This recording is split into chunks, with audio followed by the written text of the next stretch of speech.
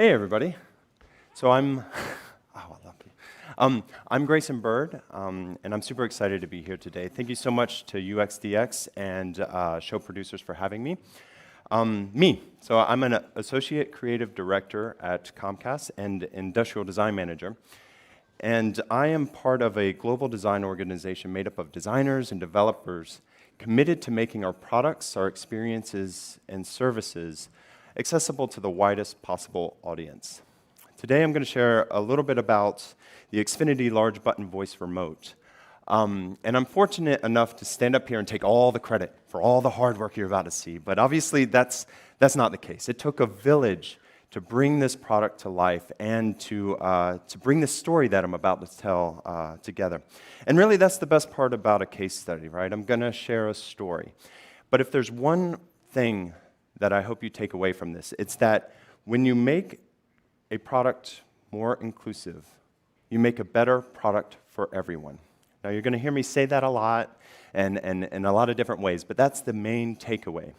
I forgot to mention, I'm a dad, and my son Otis insisted on being a part of this presentation, so I'm going to allow him to introduce title slides. Designing for diversity benefits us all.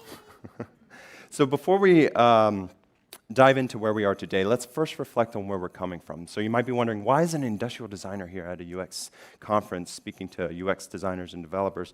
Well, beyond the fact that we're working closer than ever to bring physical and digital experiences together, we also work the same, right? We all put people at the heart of everything we do, right?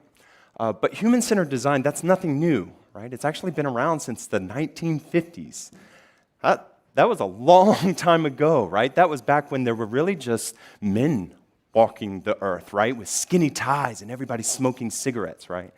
Obviously, that's not the case. I think the point is that what was believed to be a cross-section of the population back then really misrepresented the diversity of people. The diversity of people across gender, age, ethnicity, and even ability, right? Especially those considered as living with a disability. Not only that, how human needs, they change over time, right? A good example is that if you meet somebody who doesn't speak, right, they may be nonverbal, right? Or they may have laryngitis, or they may not speak the same language. Human factors are vast, and they change over time. And though you may not identify as someone with a disability today, doesn't mean you won't be met with similar barriers to overcome throughout your lifetime. Human factors are vast, and they change over time. And what was, as our world becomes brighter and continues to become louder and older, people with visual, hearing, mobility, neurodiversity conditions no longer sit outside the majority that we design and make products for. Now, we see the benefit of designing for diversity in architecture, where spaces are just as open and easy to navigate as they are stunning, right? This is the Guggenheim Museum right down the road. In industrial design, there's probably no better example than OXO, right, in terms of designing for diversity. For those who don't know, OXO was a brand started by a couple who struggled with using this vegetable peeler here on the left, right? It was painful because of arthritis. So they sought out to redesign it to make it more comfortable. And what they found, right, like when you design a more comfortable tool for those who may struggle with arthritis, you make a more comfortable tool for everyone. And what's amazing is like OXO used to be innovative. They used to be innovative. Now they're the standard. I can't imagine using anything like this on the far left, right? We also recognize how designing for diversity benefits us all in technology. So over a decade ago, when Comcast first launched our voice technology button and control, it allowed users to navigate tens of thousands of shows and contents more directly, right? By pressing a button and speaking into it without the need of a smart home assistant. And not many people know this. This was born out of the desire to empower folks with visual or cognitive disabilities to navigate more directly to what they wanted to see. But it benefited everybody that uses it. So much so that it's been a key part of every remote we've designed and delivered ever since. However, here's the however, it wasn't brought back to the very remote intended to be more inclusive. I'd like to introduce everybody to Big Easy. That was our internal code name for this remote. This was our third-party solution at the time that was intended to make accessing content more easier for the communities and folks that needed it most, right? So you can see why it was called Big Easy. It's definitely big. It's large. It's oversized, increased readability. But the problem is it hadn't evolved with the times, right? We didn't include any sort of enhancements along the way. So our user research team was interested, how is this playing out, right? So they called customers using this remote and conducted phone interviews. And what we found out was amazing, right? Not only were people well aware that it didn't include voice technology like every other remote out there that we make, but there were a lot of other improvements that needed to be made. We heard things like, actually, it's too big. It's hard to handle. You know, it takes two hands to hold, right? Or things like the batteries are really hard to change on this thing. It became clear that we couldn't just go back and slap voice control onto this and call it a day, right? I'm not even sure where we would put it. Maybe there. We'll squeeze it there, right? But the reality, this Band-Aid solution, right, this approach isn't actually that easy or economical to do, right? Studies have shown in architecture that when you make barrier-free design, when you bake that in from the very beginning, it's much, much more cost-effective than going back and retroactively fixing, right? So a study by Independent Living in architecture shows that the cost increase due to that renovation can be anywhere from 4 to 35 times more expensive. And the reason for that scale is scale, right? Like you can imagine renovating a bathroom it can cost so much, but compared to renovating a mall, right, or an entire school system, right? And the same can be said about industrial design, right? Slapping a button on this remote doesn't mean we can just do it, right? We're still retooling. We're still making new plastic parts. We're still respinning boards, right? It became clear that we could bake accessibility in from the very beginning and build in all of these enhancements along the way. Another benefit is that it ensured accessibility wouldn't be treated as some sort of tacked-on feature, right? So in industrial design, it's often treated as a negotiable, something that can be a bonus feature, if you will, that can be added or taken out later, rather than what it is. Accessibility it's an inherent trait. Your products are either accessible or they're not. So by building from the ground up, we ensured it wouldn't be treated as sort of that optional topping throughout. Oh, we lost some audio. Otis is going to be really upset with you guys. I'll carry on. So there's a few more slides with audio, just so you know. We're all familiar with this scenario, right?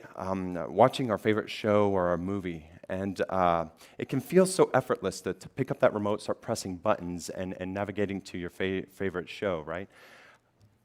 But 1 in 4 adults in America have a disability that can prevent them from accessing content themselves. 1 in 4. Right? We're talking like 25%. I'm not a math guy, but I think that's right. And it really limits independence, right? Forcing folks to rely on others for help.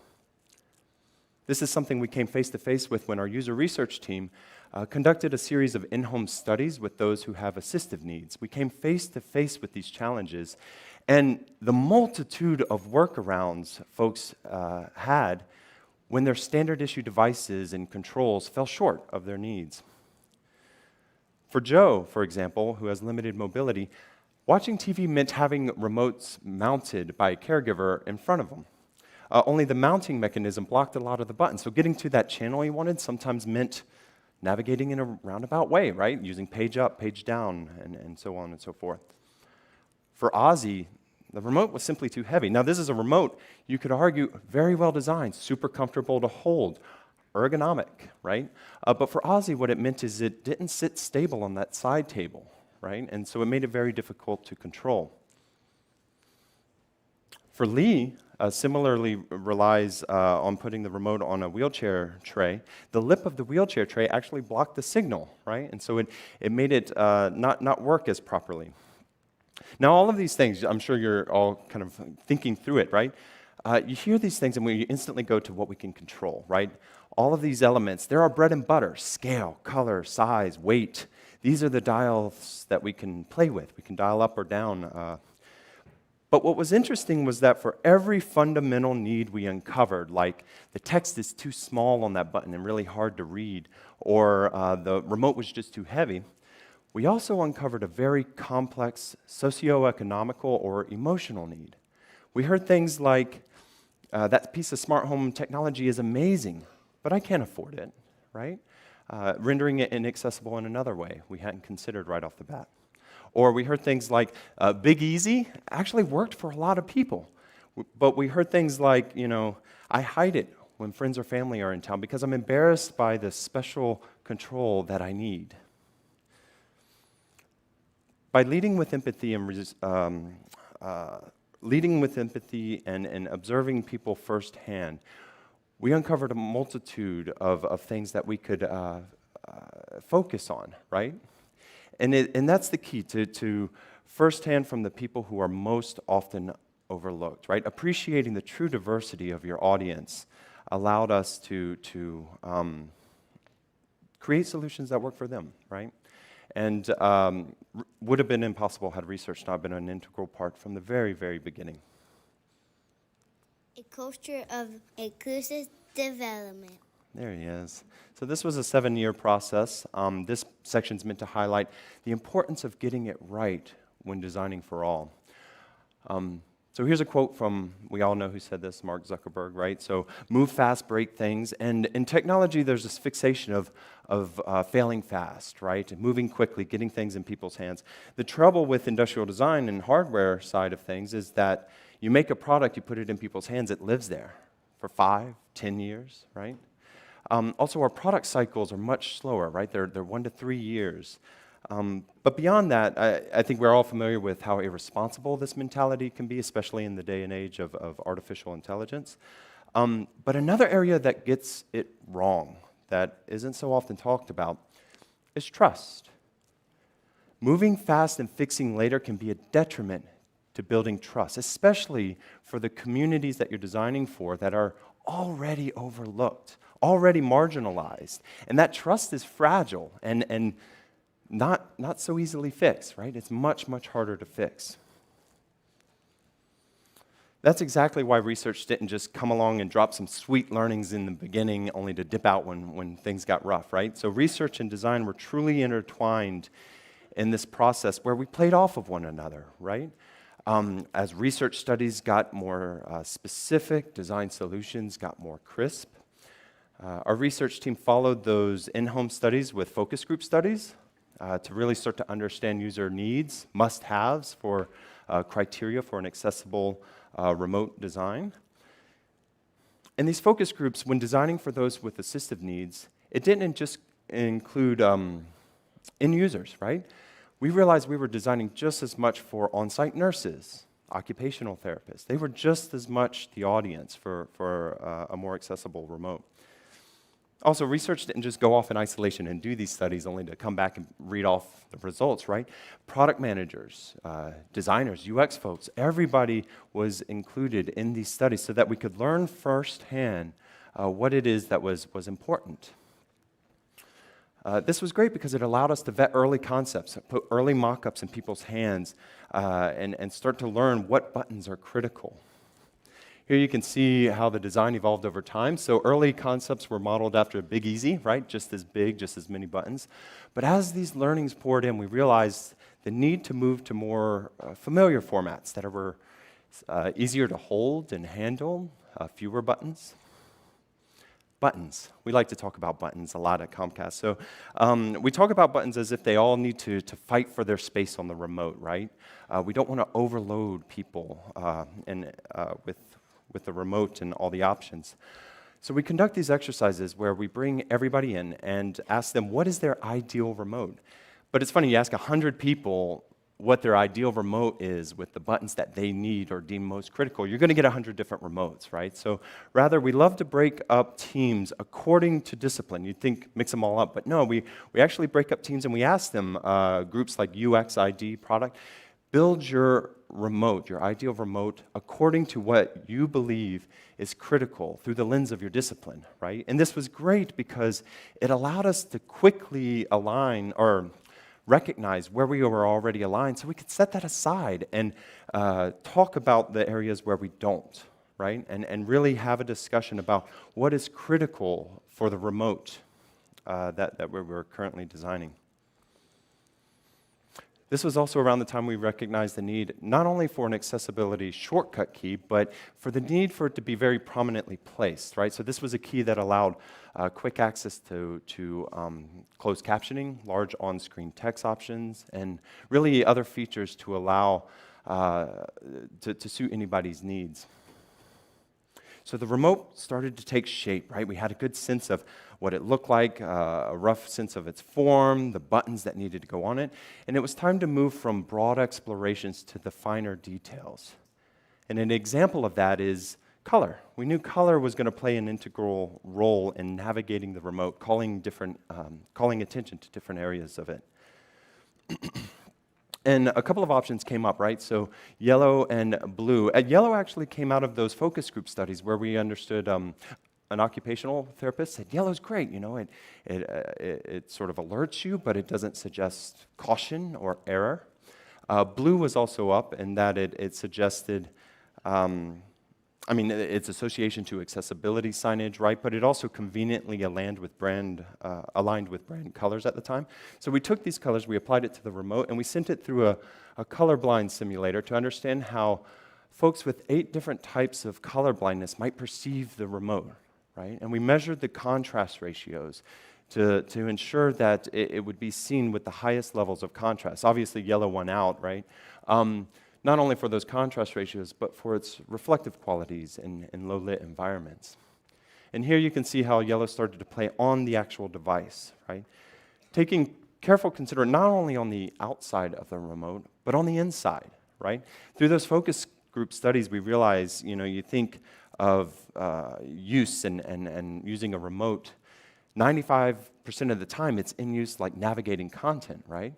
But what we realized was the more novel interactions, the unboxing, setup, changing of the batteries were the most painful, especially for communities with assistive needs. And so paying just as much consideration to those more novel interactions was super important. So it was great. We had working prototypes now. We knew what it would look like. It's time to put it in people's hands, invite people in, put it in their hands, ask them a bunch of questions. Only the pandemic threw that all for a loop, right? All of a sudden we're being told, don't invite anybody in, don't give them things, right? So we had to get creative. And our research team turned to other simulators to understand how folks with common vision impairments might perceive the remote. And all of these simulations, along with extensive literature reviews, combined into a custom guideline, right? Accessible remote requirements that we could grade our designs against, right? So our research team was quick to tell us everything we were doing right, checking those boxes, room for improvement, where there's some medium risk there, and areas, I'm realizing it's a lot longer, but areas where we just really missed the mark, right? An example of that is we knew we couldn't require very complex interactions with our remote, right?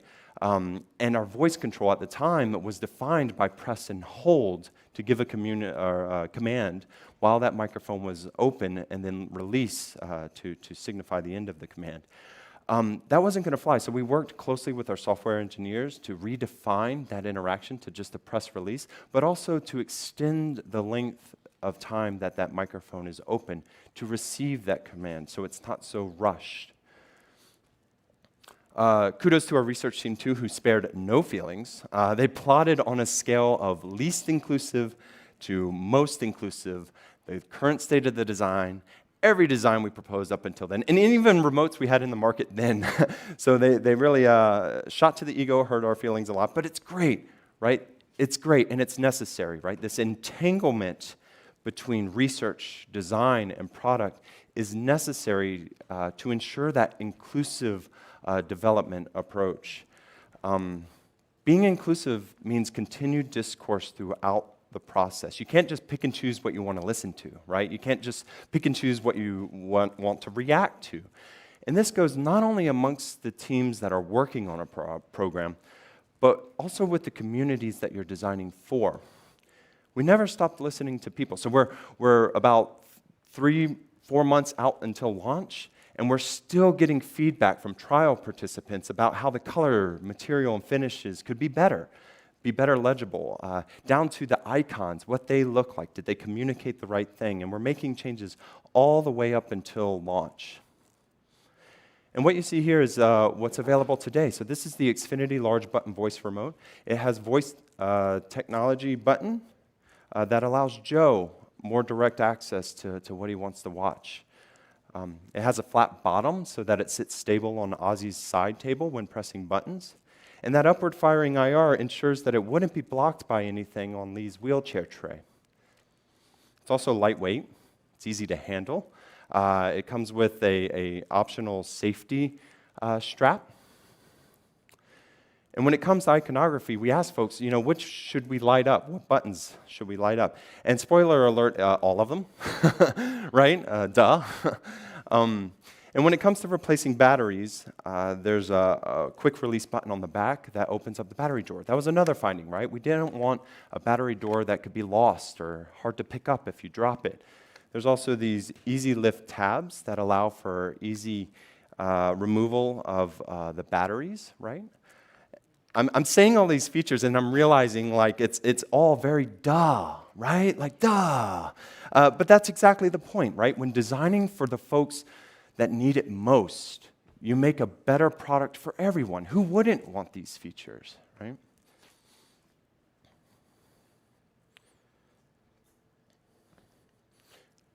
And isn't for innovation. Another benefit to accessibility first approach is that we weren't limited by scale, right? So our other mass market remotes, to give you a sense of scale, one or the other of these remotes here on the left are shipped with every single set-top box or streaming box that we have. Being that we weren't limited by scale, we could innovate in ways that were would otherwise be constrained. A good example is we had the time to define best practices when it comes to color, material, button forces that now can be applied to other remotes, future remotes, other devices even. We're innovating in material by introducing antimicrobial resins, right? So this is our first remote that introduces that, something particularly useful for shared devices. We're stepping into uncharted territory by introducing haptics and unlocking potential within multimodal sensing. And we're even innovating in how it's delivered, right? So our packaging team has done a phenomenal job of including large iconography, braille in the packaging, but also an industry-first audio guide.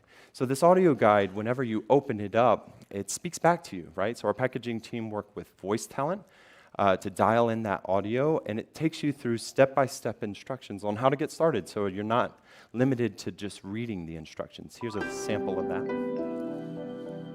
Hi, this is your new Xfinity Remote Audio Guide. Please be sure the front of your TV box is not obstructed.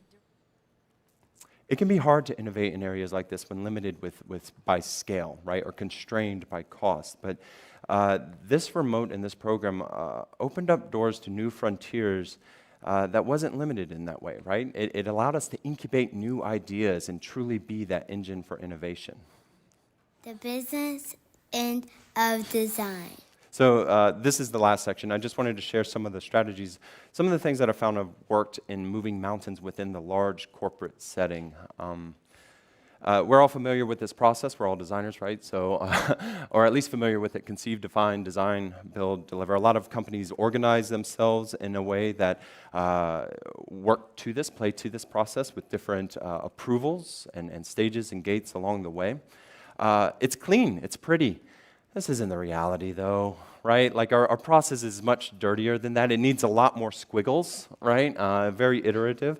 The point that I'm trying to make here is that, and it's been made before, right? It's the idea that the programs that do the best aren't the ones that seek for approval, right? They seek for alignment. And that means a lot of different things. That's bringing stakeholders along, that's bringing downstream folks upstream, and vice versa. A good example is this was Insights workshop years ago, where we had junior level designers next to side by side with senior level executives, right? So this is an SVP of an entire enterprise and communications group.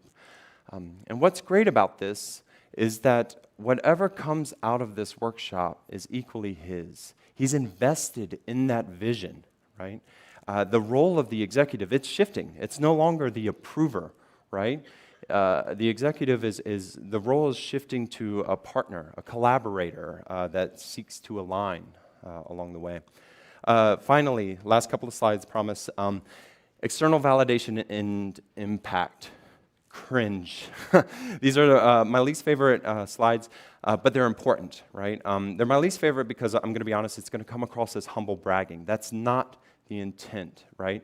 But at the end of the day, absolutely, everything we do is for the user, 100%. What we do is for the user.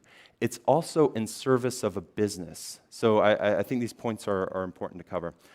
We were fortunate enough to be featured in several different publications. And the reason why this is great is because it speaks the business's language. It tells them, it proves to them, these are areas worth investing in, these processes, these methodologies, and continuing to invest in the future.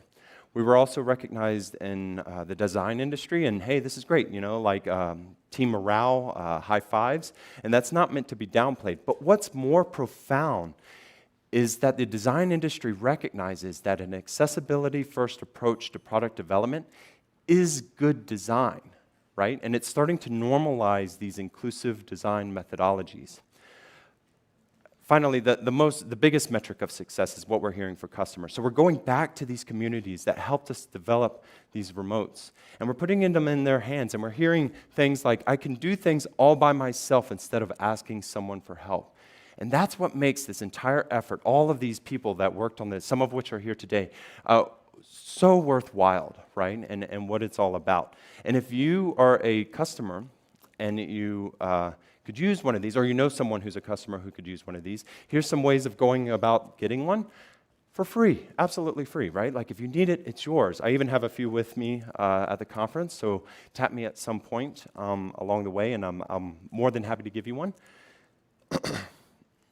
And that's that, right? So that's an accessibility-first approach to product development. I'm Grayson Bird. Thank you so much for having me. I appreciate it.